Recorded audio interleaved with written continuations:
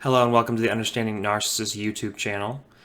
This episode is going to be explaining in greater detail narcissists' language facilities. I don't mean that so much as their speaking ability, though they usually are good speakers. They usually have a reasonably good command of language. But narcissists aren't so much good speakers in the sense that they pick the best words. There's a few different ideas of what a good speaker is. There are people who are very in their rhythm and tempo and choice of words and combination of words seemed very deft and skilled within that domain. And that's usually what people think of as being a good speaker. There are people who are very persuasive. They may have a good flow to how they speak, but they don't necessarily pick the best words in that moment from a technical point of view. But they can still be very persuasive in moving people. So it helps to say that not to exclude narcissists from those two groups. Narcissists are neither. They're not particularly good. They can be good with language, but I don't find them to be, when I think of persuasive, I think of good cases of persuasion. I think of taking what's already in somebody and kind of bringing it out and moving them to action. Because that can be healthy. That can be rallying. That can be productive. That can be a cause. That can be something. It doesn't have to be manipulative. Narcissists are manipulative. They're not terribly persuasive. They more trick you into doing things. They more trick you into believing things that aren't true to get you to act, as opposed to trying to bring something out of you in a positive experience. They may be more aligned with the first class of speaker I was talking about, which is the right words and everything sounds nice, but I don't find them particularly good at speaking in a technical sense either, though some of them are very good at speaking. It's more that they're good at filling the room. They're good at occupying everything and defining everything and labeling everything to such an extent that as you make any movement, they've got you in their sights. They're tracking you, and they know how to define you. They know how to label it and control it in the social environment. Well, it's really an emotional environment, but in the social sphere. So they're able to control people's perceptions of everything.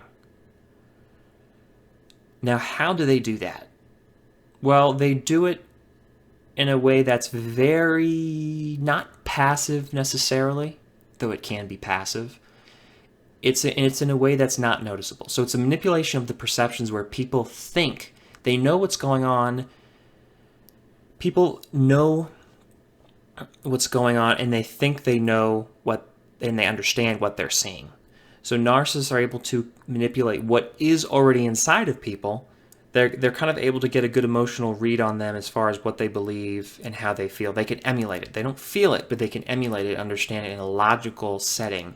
They're able to understand it sufficiently to be able to use it, create an illusion where people will reach the wrong conclusion about a particular situation.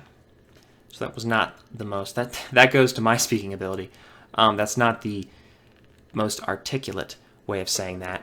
They know what's going on in people's minds enough that they can manipulate things so people will reach a conclusion that the narcissist wants them to reach. That's really what they do. And as I've said many times before, or at least several times before, the most powerful belief you can get in people, you can instill in people, is if you can make them believe that whatever conclusion they reached was their own. Even though you influenced it, they don't know that, and they think they reached it on their own. It becomes their own. They kind of self-identify with it. And narcissists really ride that principle. They like to make everybody think that they're thinking according to their own free will, their own basis, and when they're really not. And so in any given environment, the biggest power is that narcissists are manipulating people's perceptions without them knowing it. And that illusion that manipulates the perceptions, whatever the falsehood is going to be engineered and specifically designed to manipulate that person, to make it believable to that person That's their great skill. And their dominance of language, getting back to language. They can be articulate, but it's not what defines their speaking ability and their command of language. It's not virtuosity, it's not an incredible vocabulary. It's those right appeals to, I don't want this to come out too confusing, to construct a path that people will be compelled to go down. It really capitalizes on their weaknesses and their vices individually. Now, it helps when that person, that's why they target people like us. It helps when that person is insecure and is naive and does assume the best in people. I'm not trying to pat you or myself on the back, but that's basically what we're like. We're good in that we assume good in others, and I think our biggest flaw is that we assume everybody's basically like us, where they want good things for other people. And with a narcissist, that is simply not the case. They want the opposite. Good things for them means bad things for other people. So they want the bad things for other people, and that will bring good things for them. So it really is that matchup is kind of an opposites attract type of thing. And in terms of core beliefs, and their language is going to reflect that. But this is a subtle thing I'm really having trouble explaining. I think you'll understand what I mean, at least have a rough idea of what I mean. But their use of every bit of communication is about pushing you down that path of obedience, of really servitude and slavery, and whatever those inherent weaknesses and vices that are within people. They can sniff them out. They can poke and prod and bring them out of people because they see how people respond and react to everything, and so they're able to kind of paint a picture in their head of what this person's problems are, what their experience is, what their issues are, what their particular past happens to be, and then so design this kind of manipulative program on the spot. It's really instinctual for narcissists. They think about it, but a lot of it is a reflexive thing. It's so fast, it's so adaptable, and it's so applicable to the situation. It's really pretty amazing. That is their great skill. All the stuff they talk about, they try to put on like they're really good at this or that or anything else. Not really true. When it comes to manipulation, they pretty much know what they're doing. They still have big pitfalls because they're mentally ill. So even within their own manipulative kind of regime, they still have weaknesses just by the fact that they're narcissists, which is a good thing for us because that allows us to escape them. They are fallible, they are very imperfect, and so once we can knock down the illusion, I hate to say it, but we kind of exploit their own weaknesses because we can adapt and change and they can't, and we can therefore use their weaknesses against them. But that's really what they're doing to us at the outset. They're sniffing out our weaknesses. We don't detect them. They're appealing to us in a way that makes us think we're doing something good.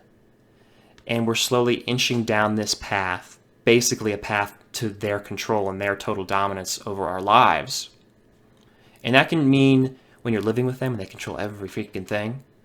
That's true. Or when you know them in a passing sense, in a way that you just see them every once in a while. They put it on. They're able to communicate within that interaction, however minor it is, just waving to them or seeing them, if they're your neighbor or something, they're able to convey a lot of that in that single interaction, that the illusion will come out. It's so adaptable. It's so fast. I'm like, oh, that's, they're a good person. They're really industrious. They're, putting everything on right there. Now, at that point, you usually can't spot them out unless it's really heavy-handed.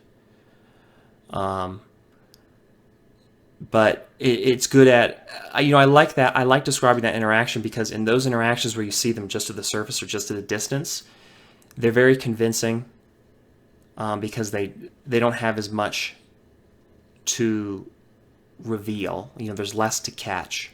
because you don't see the kind of damage and destruction they're causing around them. You don't see the human casualties, basically.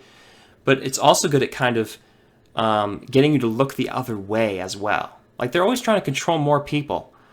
But it's amazing how narcissists are always casting you away from the things they don't want you to see, all the stuff that's bad about them, and then directing you again down that path, that grand illusion, the Wizard of Oz type thing, where everything is just totally made up, but it manipulates all these things within you, all these biases within you, personal biases, into making it something real because you start to believe it. And so, in that way, they are kind of a symbol of human vice. Interesting. Anyway, kind of a strange video, but I hope you liked it. Like it if you do. Share it with somebody you think might benefit from it. Comment in the comment section below. Thank you for watching, and I'll see you on the next episode. Bye.